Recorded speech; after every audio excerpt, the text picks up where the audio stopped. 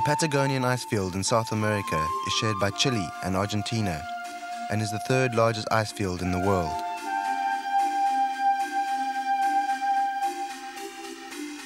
Great adventurers such as Eric Shipton have met the challenge of this desert of ice and snow. Most teams with their sights set on the summit of the highest peak have gone home empty-handed, turned back by the hostile weather and treacherous terrain.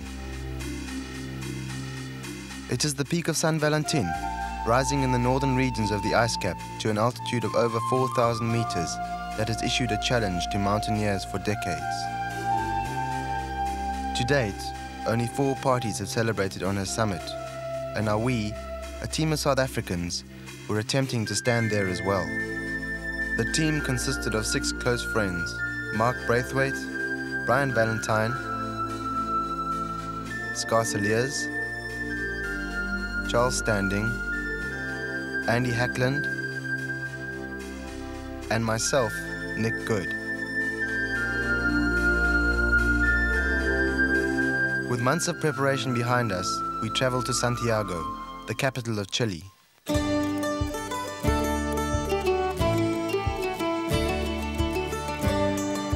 From there, we headed south to the lakeside village of Puerto Varas, which was to be our expedition base. After many hours in planes and buses, we were all keen to stretch our stiff muscles,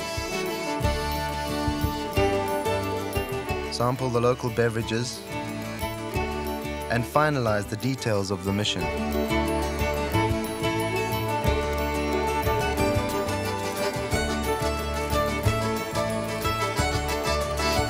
We would have to be totally self-sufficient for 25 days, so weight was a major concern.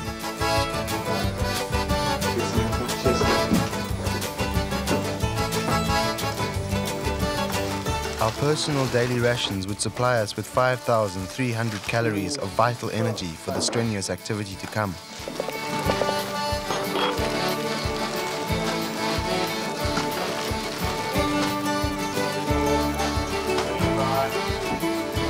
But even though we only took the bare essentials, it still amounted to a staggering 400-kilogram load.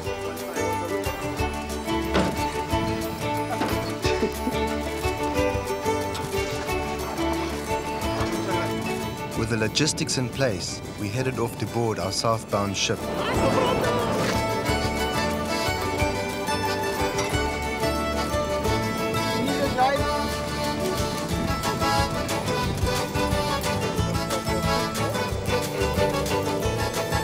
The final volume and weight of gear and supplies was still a surprise to us, but that didn't dampen our spirits in the least.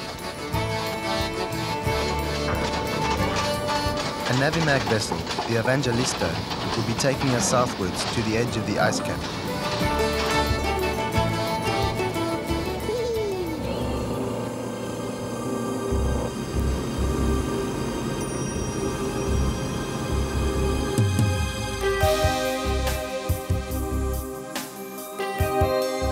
As we sailed down through the southern fjord system of the Chilean west coast, we realized that our long-awaited dream was becoming a reality.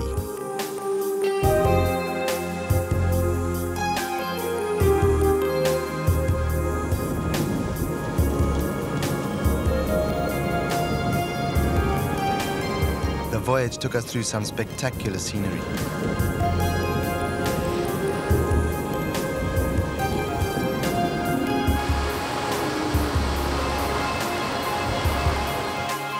This area has an annual rainfall of 7 meters. This accounts for the dense vegetation of the islands and the mainland. What we can see is the GPS has picked up signals from 2 satellites, number 7, and it's got quite a strong signal from that one of about 4.5. We took advantage of our time on board to check our global positioning system against the ship's navigational instruments.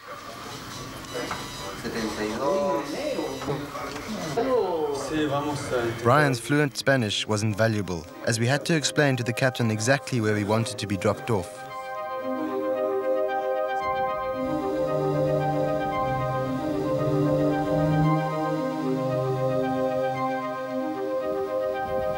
Tension began to mount as we entered Laguna San Rafael. it was scattered with icebergs and flotsam from the ice cap. Feeling very amped, eh?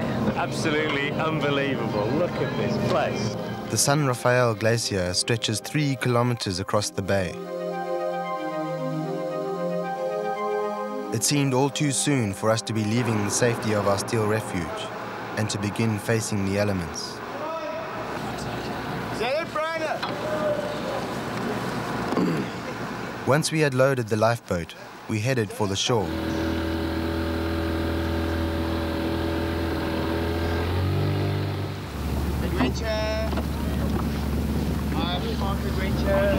The immensity of the challenge ahead of us became all the more apparent.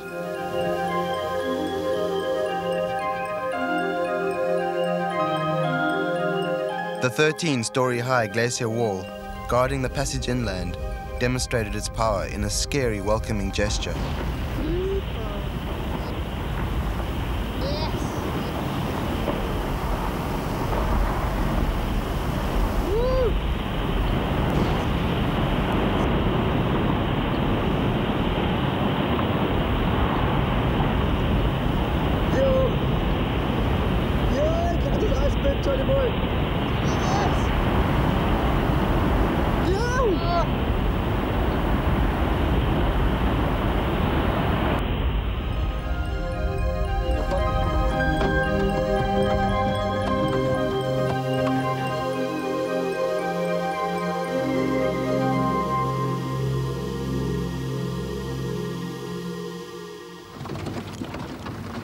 Keep it warm.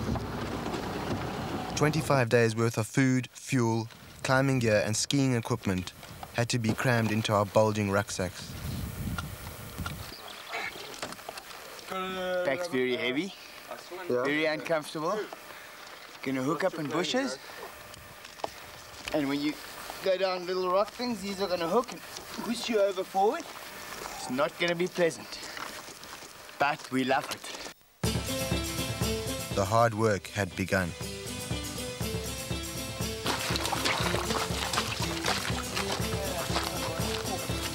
Before we reached the snow line, we would have to double carry our massive loads over difficult and diverse terrain. How's it do? Hey, these are big packs, eh? Yeah. But it's just so beautiful. How are you going? I'm a bit tough. A bit trashed. Been to that. The glacial moraine was a real ankle teaser, and scrambling around on those huge natural ball bearings was a precarious, back-breaking task.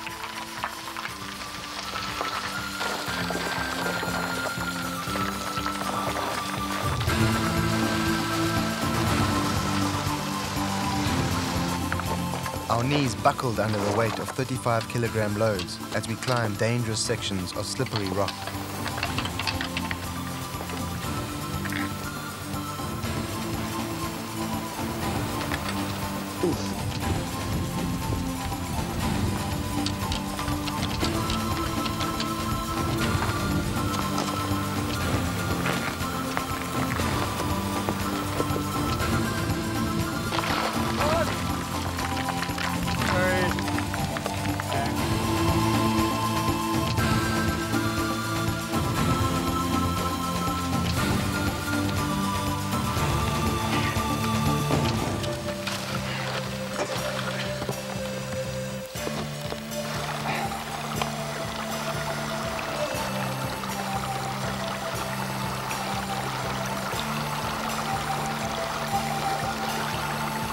The beauty that surrounded us was overwhelming.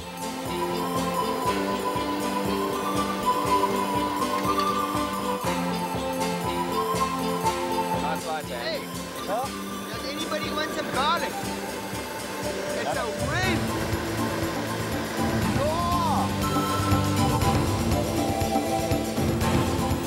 It's a humbling experience to be in this place. Makes you realise how small one is.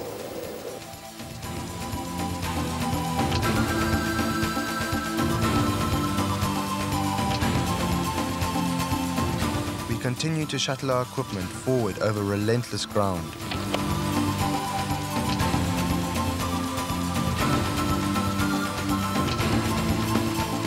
After 5 days, we finally got our first view of the ice-capped plateau. Woo!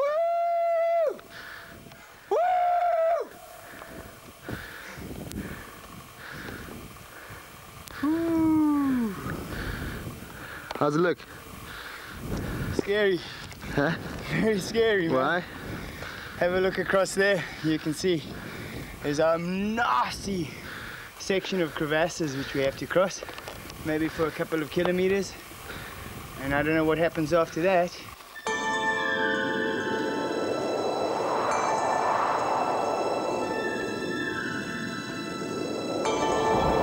With crampons strapped to our plastic boots and ice axes in hand, we set out.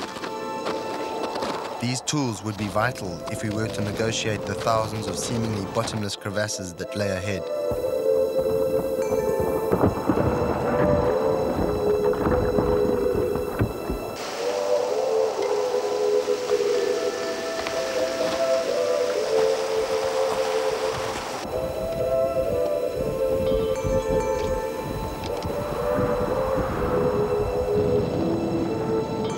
We did not feel welcome the first night on the ice field.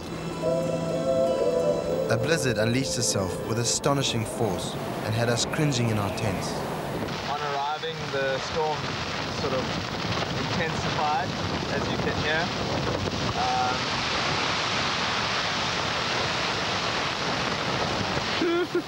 It's good to be out of the storm. I'm waiting for the storm to blow in through the door here. It's pretty hectic. Can show you a bit of Patagonia. Have you got any pizza? Brian, Pizza! when do we go home? This afternoon. Sounds like a good time. Hey, Oz, listen here. I've got to zip up because I'm getting late cold. And it's getting wet. Stop moaning, Charlie. It's raining here. How was last night? It was a bit of a rough night. It was a bit of a blowaway. Charles and I were having to trim the tent to keep it down. I don't think anyone had much to eat. I got quite scared, eh? Why? I thought the whole tent might blow away. Mark became ill and was forced to turn back. Andy agreed to accompany him home. It would have been madness for anyone to go back alone. Yeah, that's okay. Yeah, regards of him. Yeah, Mark. Thanks a lot for everything,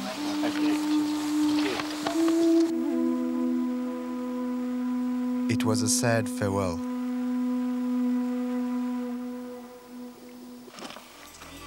Thanks, I can see you.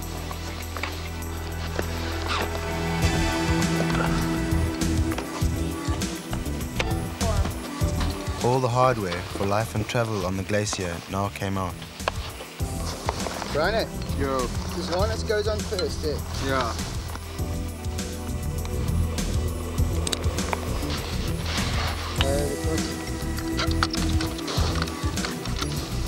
Because the snow was so deep, we would need to move on skin-covered skis, pulling sledges behind us. Ropes were vital in case anyone might fall into the hidden crevasses we had to cross. It was extremely hard work pulling these loads.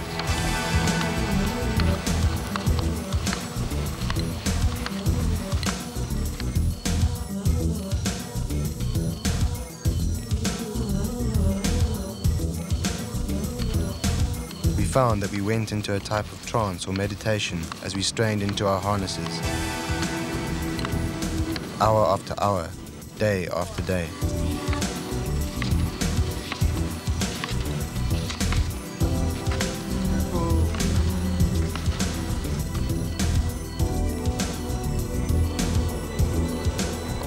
Plateau 2 only up there. The GPS was a real help in positioning ourselves on the map, and we marked our route with these references. This would help us find our way out again. What do you scheme of going up this ramp, eh? It looks like we go, but you can see a couple of lines already. I think so too. Save us a big climb, eh? Oh, let's give it a go. Can always traverse back if it's a stuffer.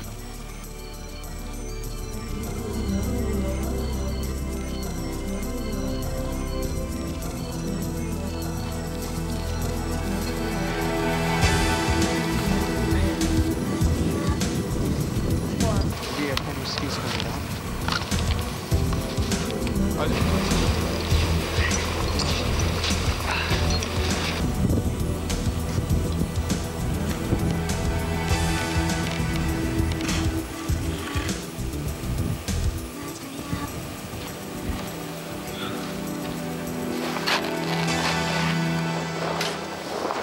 I really want to make movies when I'm big. To protect ourselves against strong winds and storms, thick walls were built out of snow each night. A tiring chore after an already long day. We were pulling skis. Huh? We were pulling backpacks. Ah. We were pulling Charlie. Ah. All of us together. I'm very tired. You tired? Yeah, but I'm happy. Our feet suffered most from the constant rubbing. And even with the use of strong protective creams, severe sunburn was common. Water in its liquid form does not exist on the ice cap, so snow had to be melted to replace fluid. What you doing this for?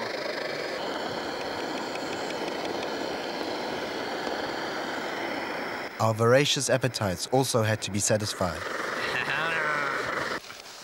And we ate like kings.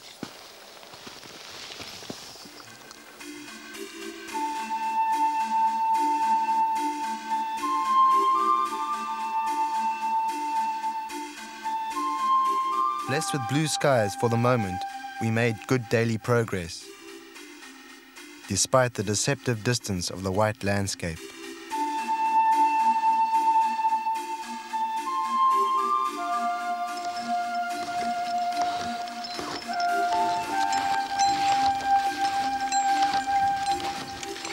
On day 11, we got our first good look at San Valentin.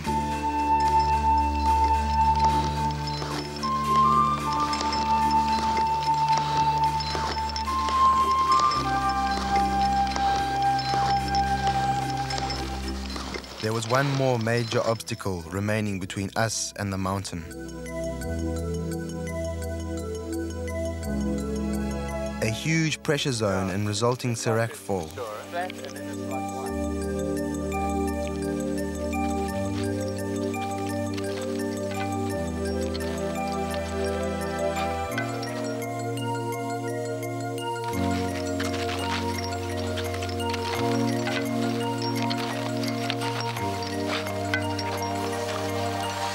A mistake here could be fatal.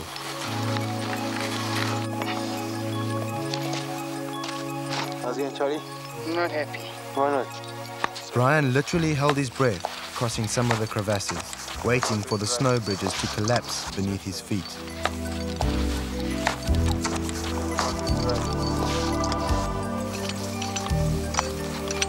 Where it got too steep or dangerous, we had to set up a hauling system to get the heavily loaded sledges up to the next plateau. Hauling on Jag's direct hauls was, the teamwork was incredible. No one complaining, everyone tired, everyone sore, and everyone just doing as much as they can. The sea of ice stretched out behind us. Our supplies were gradually being depleted, but on the 12th day, well ahead of schedule, we reached the high base camp.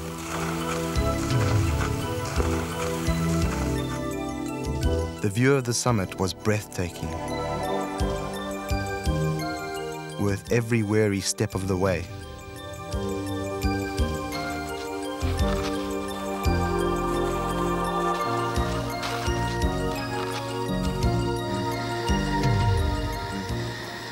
Probably have to take a couple of screws just to put in as runners as protection along that.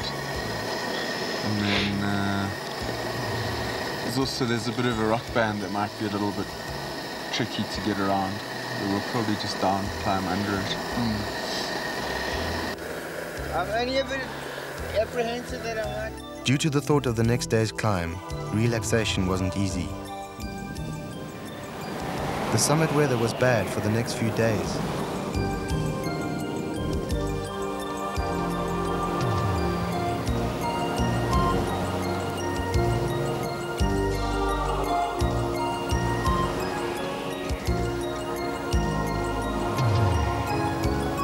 This gave us a welcome chance to rest sore feet and aching muscles. But the mountains never rest.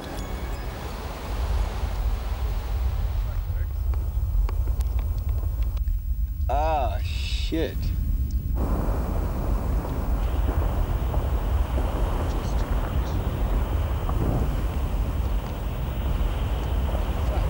Here comes the climb. Stop, stop. Back, Rex. No! Okay, move.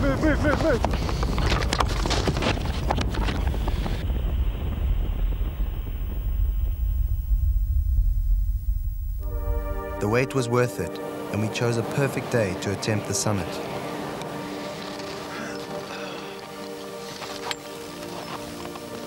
It kept crossing our minds that if anything went wrong now, it would be a very long time before anyone could reach us.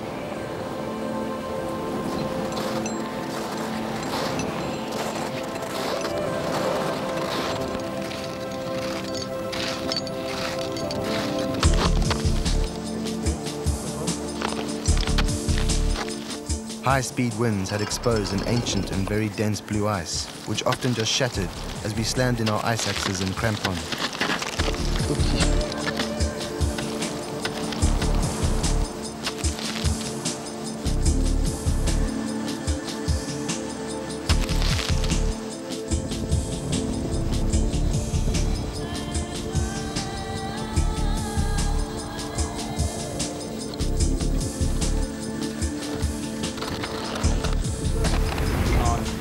Up on the crest of the ridge, things weren't much safer.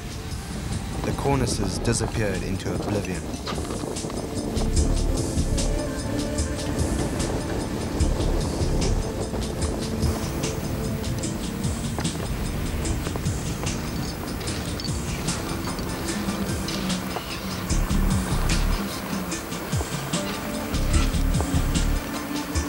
Trust in your climbing partners is crucial. If something goes wrong, they have to be there for you.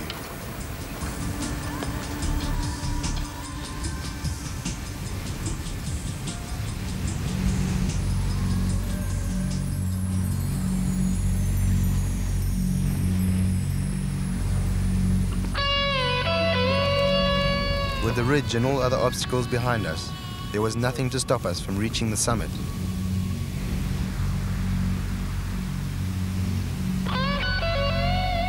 It had been a dream for so long, and now it was coming true.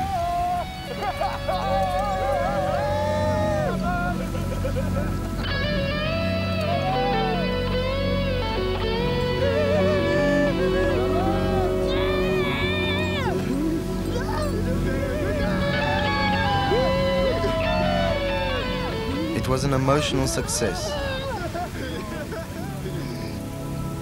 Happiest ever. We're a happy, happy family. A celebration by friends for absent friends. Viva Mandela, viva! The first South African team, and the 5th team ever, had reached the summit of the highest mountain in Patagonia, San Valentin. Rather than the end of an adventure, it was the beginning of dreams of the next.